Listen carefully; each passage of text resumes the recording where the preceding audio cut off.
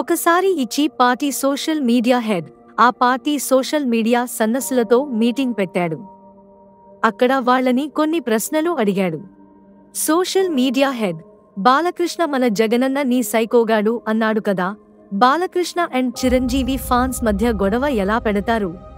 సన్నసులు: బాలకృష్ణ నీ బండ బూతులు తెలతాం, చిరంజీవిని పొగుడుతాం.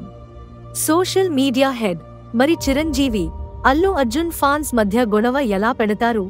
సన్నాసులు: చిరంజీవి నీ బండ బూతులు తెలతం, అల్లు అర్జున్ను పొగుడుతాం.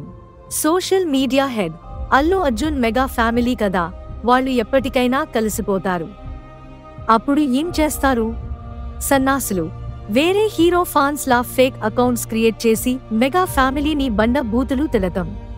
సోషల్ మీడియా హెడ్: మరి ప్రభాస్, పవన్ కళ్యాణ్ తో సుజీత్ యూనివర్స్ లో ఉన్నాడు కదా, ఇప్పుడు ఏం చేస్తారు? సన్నాసులు: ఫేక్ అకౌంట్స్ తో ప్రభాస్ నీ తెలతం. Social media head: Kantara cinema నీ బాయ్కాట్ చేస్తారంట, దీనిని పవన్ కళ్యాణ్ పై ఎలా తోస్తారు? సన్నాసులు: రిషబ్ శెట్టి మంచి యాక్టర్, పవన్ ఓజీ కోసం కాంతారా పై కుట్ర చేస్తున్నాడు.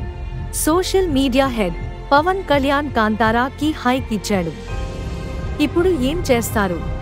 సన్నాసులు: రిషబ్ శెట్టికి మన భాషపై గౌరవం లేదు, వాడు ఒక చెత్త hero, boycott Kantara. Social media head: మరి బాలకృష్ణకి చంద్రబాబుకి గొడవ పెట్టాలంటే? సన్నాసులు: మా బాలయ్య చిన్న పిల్లోడి మనస్సు, టీడీపీకి నిజమైన వారసుడు.